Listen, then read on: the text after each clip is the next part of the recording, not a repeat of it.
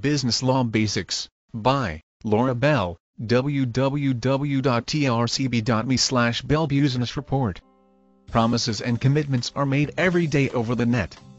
It is very common for those involved in alleged deals not to have a clue about contract essentials.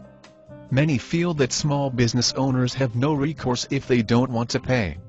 A friend, a graphics designer, had a contract broken once with a man who felt he didn't have to pay.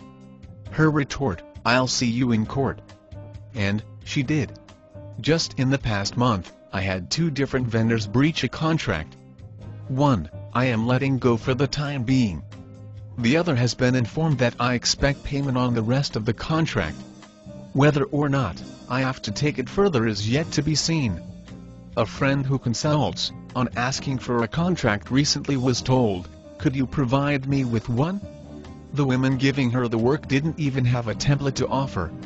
We are working in a world of constant legal slip-ups.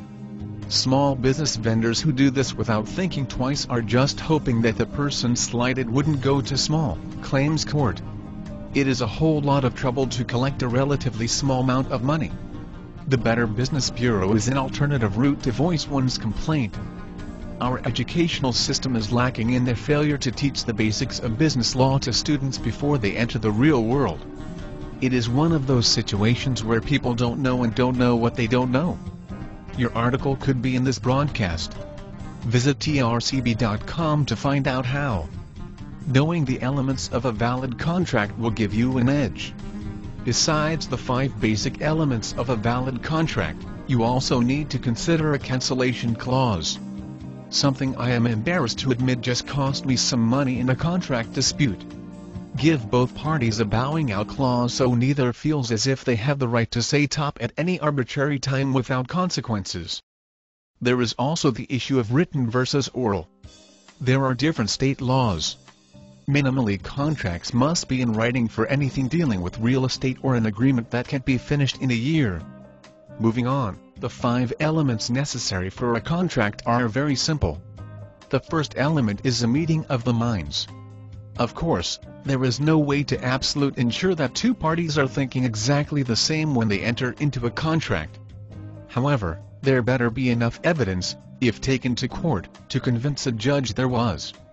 It means, you both have to be on the same page. Then, comes the offer.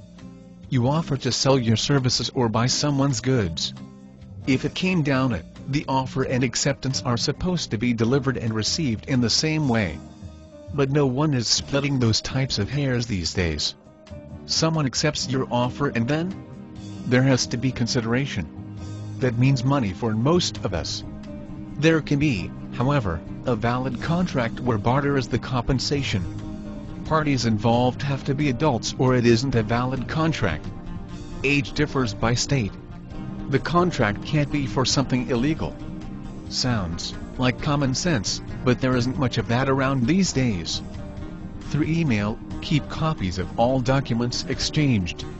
It would also be a good idea to print and fax copies to the other party if the option is available. There are numerous links to be found for templates. Go to ask.com.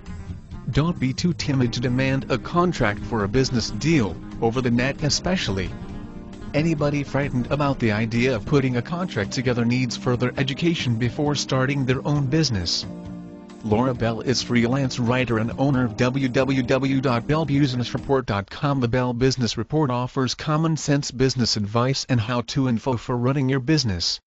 It takes the everyday headlines apart, dealing with business news, and shows you how to put that information to work for you.